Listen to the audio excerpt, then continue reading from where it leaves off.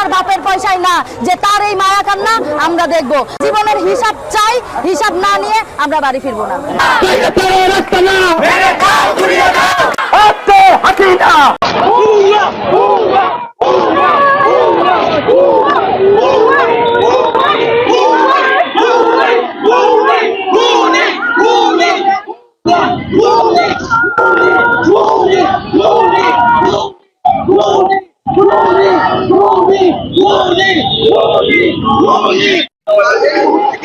দর্শক মানব জীবন থেকে সবাইকে স্বাগত জানাচ্ছি। সাথে আছে আসসালামু আলাইকুম ওয়া রাহমাতুল্লাহি ওয়া বারাকাতুহু। দর্শক মণ্ডলী, আপনাদের মাঝে আবারও নতুন একটি ভিডিও নিয়ে উপস্থিত হলাম। আপনাদের সামনে খুবই গুরুত্বপূর্ণ ভিডিও দেখাতে চলেছি, আপনারা সম্পূর্ণ ভিডিওটি ধৈর্য সহকারে দেখবেন। দর্শক, ইতিমধ্যে আমাদের বাংলাদেশের অবস্থা কিন্তু খুবই ভয়াবহ। ছাত্র আন্দোলন, ছাত্র রাজনীতি কিন্তু সব থেকে বড় ধরনের রাজনীতি। ছাত্ররা যদি খেপে, আসলে তাদেরকে থামানো কোনোভাবেই সম্ভব না। এটা কিন্তু আসলে প্রতিটা দেশের মানুষ জানেন। ইতিমধ্যে কিন্তু ছাত্ররা রাজপথে আবারও নেমে গিয়েছেন। তারা কোনোভাবেই সরকারের কোনো কথা মানছেন না প্রশাসনের কথা। তারা মৃত্যুর কোনো রকম ভয় পাচ্ছেন না। তারা লাল কাপড় মাথায় বেঁধে আসলে তাদের জীবন দেওয়ার জন্য তারা রাজপথে নেমে গিয়েছেন। আসলে সরকার যদি তাদের দাবি মেনে না নেন, তাহলে তারা কোনোভাবে রাজপথ থেকে উঠবেন না। এখন কিন্তু কোটা সংস্কার আন্দোলন নয়, এই আন্দোলন কিন্তু আসলে অন্য পর্যায়ে চলে গিয়েছে। যেহেতু শত শত স্টুডেন্টের জীবনহানি হয়েছে, অনেক মা ও বাবার কোল খালি হয়েছে। এখন যদি তাদের সেই কোটা আন্দোলন মেনে নেওয়া হয়, আসলে এই যাদের জীবন চলে গিয়েছে তাদের জীবন তো আসলে ফিরে পাওয়া যাবে না। কি কারণে তাদের এইভাবে জীবন নেওয়া হয়েছে? এখনো পর্যন্ত কিন্তু প্রশাসন কোনোভাবে থেমে নাই। তাদের শান্তিপূর্ণ আন্দোলনে প্রশাসন একের পর এক কিন্তু বাধা সৃষ্টি করছে। দর্শক মণ্ডলী, বেশি কথা বলবো না, আমরা মূল ভিডিও চলে যাব। যে বর্তমানে আবারও রাজপথে ছাত্ররা নেমে গিয়েছেন। তারা কোনোভাবে মৃত্যুর ভয় পাচ্ছেন না। তারা বুক পেতে দিচ্ছেন তাদের জীবন দিয়ে দেওয়ার জন্য। তারা তাদের আন্দোলন যেভাবে যে কোনো মূল্যে তারা তাদের আন্দোলন চালিয়ে যাবেন। আজকে বর্তমানে দেখা যাচ্ছে যে সমস্ত এলাকা জুড়ে বিভিন্ন জেলায় আপনার ছাত্ররা রাজপথে নেমে গিয়েছেন। তারা যেভাবে আন্দোলন করছেন, মনে হয় না এই আন্দোলন কোনোভাবেই থামবে। দর্শক, আপনারা ভিডিওটি দেখলে বুঝতে পারবেন। রাষ্ট্রীয় যে প্রতিষ্ঠানগুলোর ক্ষতি হয়েছে সেটা আমার বাপের পয়সায় বানানো, শেখ হাসিনার বাপের পয়সায় না যে তার এই মায়া কান্না আমরা দেখব। জীবনের হিসাব চাই, হিসাব না নিয়ে আমরা বাড়ি ফিরবো না।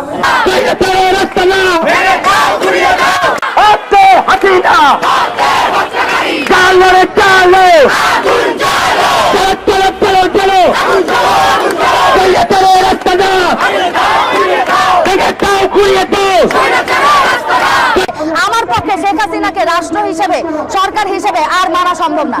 আমি শেখ হাসিনাকে একটা হত্যাকারী, একজন খুনি, স্বৈরাচার, মাফিয়া ছাড়া আর কোনো কিছু মনে করি না।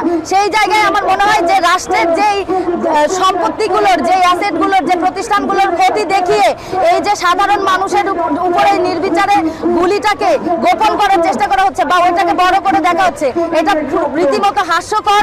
অবশ্যই জীবনের দাম অনেক বেশি। আমরা মনে করি যতক্ষণ এই হত্যার বিচার আমরা আদায় করতে না পারি, যতক্ষণ এই খুনি, হত্যাকারী, স্বৈরাচার শেখ হাসিনাকে আমরা গদি থেকে টেনে হিচড়ে বাংলাদেশের জনগণ না নামাতে পারি, ততক্ষণ যদি একজনও জীবিত থাকে বাংলাদেশে, সেই একজনও রাস্তায় নামবে, মাঠে নামবে, এটা প্রতিবাদ করবে।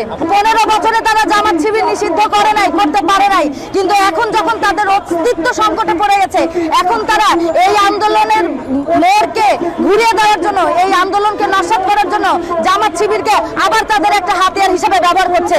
এবং গতকাল রাতে আপনারা সকলে জানেন 14 দলের যে বৈঠক, সেই বৈঠক থেকে তারা জানিয়েছে জামাত শিবির নিষিদ্ধ করতে চাই। আমরা মনে করি যে এইটা একটা ষড়যন্ত্র শেখ হাসিনার, যে এখন জামাত শিবিরকে নিষিদ্ধ ঘোষণা করে তারপরে রাজপথে যতগুলো সাধারণ জনগণ আন্দোলন করবে সবাইকে ওই নিষিদ্ধ জামাত শিবির বলে তাদের উপর দমন পীড়ন চালাবে, আবার একটা হত্যা চালাবে। এই জন্য তারা এই মুহূর্তে জামাত শিবিরকে নিষিদ্ধ করার এই নতুন খেলা, এই পায়তারা, এই ফাঁদ পেতেছে। আমরা এই ফাঁদে পা দিতে চাই না। এবং আমরা বর্তমানে মনে করি যে পুরো এখন বাংলাদেশে যে আন্দোলনটা ফর্ম নিয়েছে সেটা আর 6 জন সমন্বয়ক অথবা সমন্বয়কদের মধ্যে আর সীমাবদ্ধ নাই। এখন আমরা প্রত্যেকেই সমন্বয়ক, প্রত্যেকেই এই আন্দোলনের সংগঠক, প্রত্যেকেই এই স্বৈরাচার হটাও আন্দোলনের সমন্বয়ক হয়ে উঠেছি। এবং আপনারা জানেন যে আমরা দেখতে পাচ্ছি এই আন্দোলন যখন ধীরে ধীরে বিস্তার হওয়া শুরু করেছে, তখন থেকেই আওয়ামী লীগ, শেখ হাসিনা যেই সারা জীবনের তাদের জামাত শিবির যেই খেলা, সেই জামাত শিবির খেলা শুরু করেছে।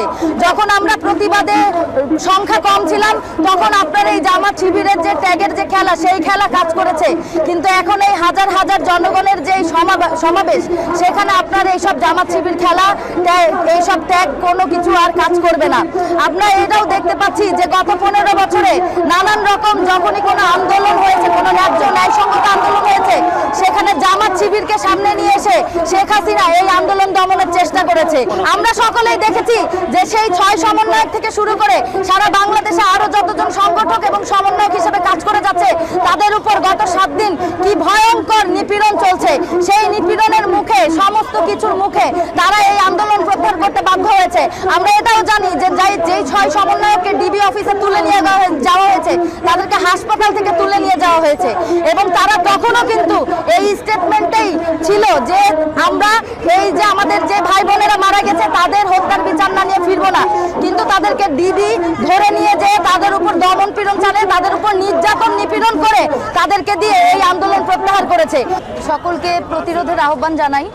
আপনারা যেমনটা জানেন যে বিগত 1 মাস ধরে আমাদের দেশের যে সার্বিক পরিস্থিতি এবং ছাত্রদের কোটা সংস্কার আন্দোলনকে কেন্দ্র করে যেই পরিস্থিতি সৃষ্টি হয়, এবং সেখানে সরকারের শেখ হাসিনার যেই দমন পীড়ন নীতি আমরা দেখতে পাচ্ছি, তারই অংশ চলাকালীন সময়ের মধ্যেও আমরা চেষ্টা করছি যে রাজপথে থাকার। আপনারা সকলেই জানেন যে পুরো বাংলাদেশে প্রায় বেসরকারি অনুযায়ী, তথ্য অনুযায়ী প্রায় 550 থেকে 600 মানুষ মারা গিয়েছে, হাজার হাজার মানুষ তারা আহত, এবং হাজার হাজার ছাত্রছাত্রী যারা আছেন তাদেরকে তুলে নিয়ে যাওয়া হয়েছে, তাদেরকে গ্রেপ্তার করা হয়েছে, তাদের উপর মামলা দেওয়া হয়েছে। আমরা মনে করি যে সরকারের যে এই জঘন্য দমন নীতি, এই জঘন্য দমন নীতির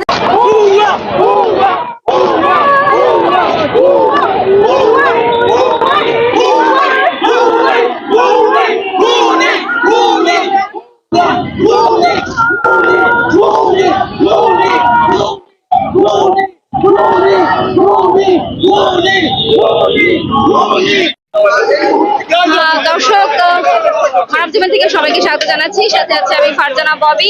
এখন এই মুহূর্তে আমি আছি গুলিস্তানের 0 পয়েন্টে। এখানে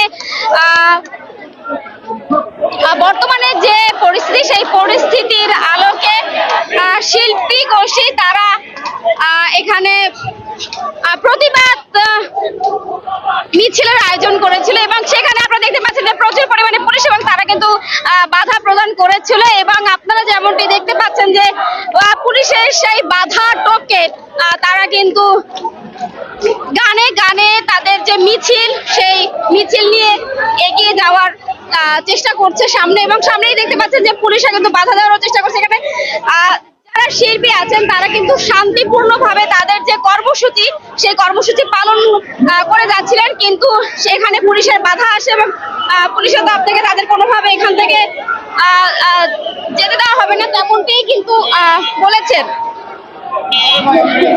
এবং আপনারা যদি আমি দেখাই যে পুলিশ সদস্যদের কি পরিমাণে এখানে উপস্থিতি, এবং তারা শিল্পীদেরকে সামনে এগিয়ে যেতে বাধা প্রদান করছেন।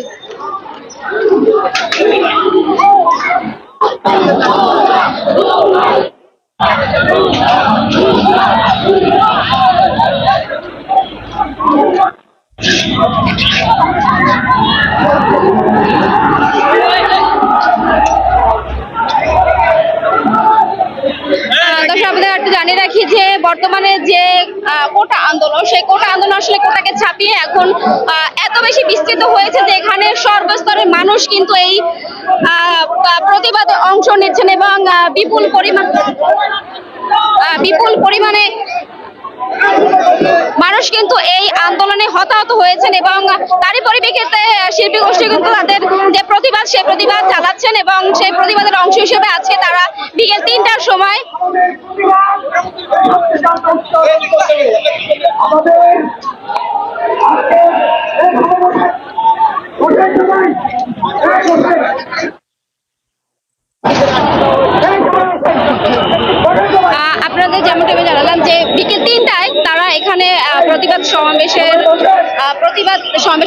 হয়েছিল এবং এখানে পুলিশ বাধা দেয়। তারা আসলে খুব বেশি দূর অগ্রসর হতে পারেনি, এর মধ্যেই পুলিশের তরফ থেকে বাধা আসে এবং পুলিশরা তাদেরকে আর সামনে যেতে দেবে না এই মর্মে তারা জানায়। তবে যারা এখানে শিল্পী গোষ্ঠী আছেন তারা এখান থেকে কিন্তু তাদের পুলিশদেরকে হটিয়ে সামনে যাওয়ার চেষ্টা করেন, তবে এখন পর্যন্ত কিন্তু তাদের সেই চেষ্টা ব্যর্থ।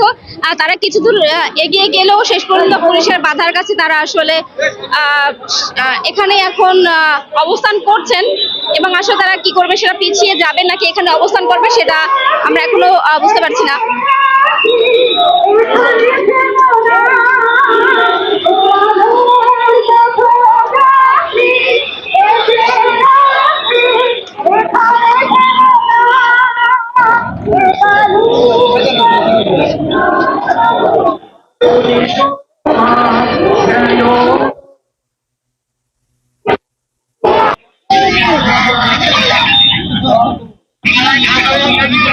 দর্শক, আপনাদের যেমনটি আমি দেখাচ্ছিলাম যে পুলিশ এবং শিল্পী গোষ্ঠী তারা কিন্তু এখন মুখোমুখি অবস্থান করছেন এবং পুলিশের তরফ থেকে যেমনটি বাধা দেওয়া হয়েছে তাদেরকে সামনে অগ্রসর হতে দেওয়া হচ্ছে না এবং সেখানেই কিন্তু আসলে গানে গানে শিল্পীরা তাদের প্রতিবাদ জানিয়ে যাচ্ছেন এবং এখানে কিন্তু একেবারে একটা বেশ বিশৃঙ্খল একটা পরিবেশের সৃষ্টি হয়েছে। তবে এখানে কিন্তু অবশ্য আগে থেকেই পুলিশের সদস্যরা উপস্থিত ছিলেন এবং যথেষ্ট পরিমাণ আইন শৃঙ্খলা রক্ষাকারী বাহিনী এখানে উপস্থিত ছিল এবং এখানে যে সমাবেশটা তারা করবেন কিংবা তাদের যে গানে গানে মিছিল সেটা যে করবে সেটা আগে থেকেই যেহেতু ঘোষণা দেওয়া ছিল, সুতরাং এখানে আইন শৃঙ্খলা রক্ষাকারী বাহিনী এখানে উপস্থিত হন। তবে তাদের সেই গানে গানে যে সমাবেশ সেখানে কিন্তু কোনো বিশৃঙ্খল পরিবেশের সৃষ্টি হয়নি, বরং তারা শান্তিপূর্ণভাবে তাদের যে কার্যক্রম সেটা পরিচালনা করছিলেন। তবে এখানে পুলিশ সদস্যরা তাদের বাধা সৃষ্টি করে এবং সামনে তারা এগিয়ে যেতে পারেননি, কারণ পুলিশ সদস্যদের যেমনটি বললাম যে সামনের দিকে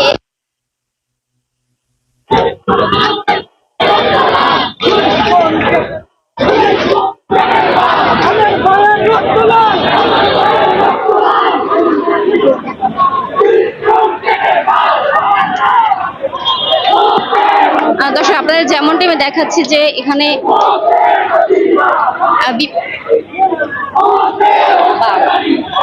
বিপুল পরিমাণে কিন্তু পুলিশ সদস্যদের উপস্থিতি আছে এবং তারা এখানে শিল্পী গোষ্ঠীকে বাধা প্রদান করছেন এবং কোনোভাবে তাদের যে শান্তিপূর্ণ যে কর্মসূচি সেই কর্মসূচিকে তারা পরিচালনা করতে দিচ্ছেন না। সুতরাং এখন যেমনটি দেখা যাচ্ছে যে শিল্পীরা কিন্তু এখানে অবস্থান করছেন এবং স্লোগান গানে তাদের যে কর্মসূচি সেই কর্মসূচি পালন করছেন। দর্শক, আপনারা দেখতে পাচ্ছেন নানানভাবে আসলে শিল্পী গোষ্ঠী তাদের যে প্রতিবাদ সেই প্রতিবাদ চালিয়ে যাচ্ছেন এবং সেটা পুলিশ সদস্যদের উপস্থিতিতেই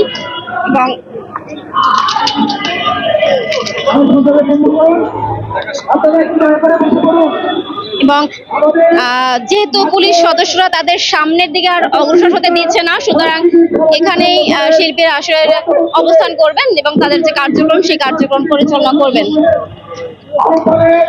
এবং আপনারা অবশ্যই ভিডিওটি দেখার পরে আপনাদের মনের মন্তব্যগুলো অবশ্যই আমাদের কমেন্ট বক্সে জানিয়ে যাবেন। দর্শক, তাহলে আজকের মতন ভিডিও এখানে শেষ করছি। সকলে ভালো থাকবেন, সুস্থ থাকবেন। আল্লাহ হাফেজ।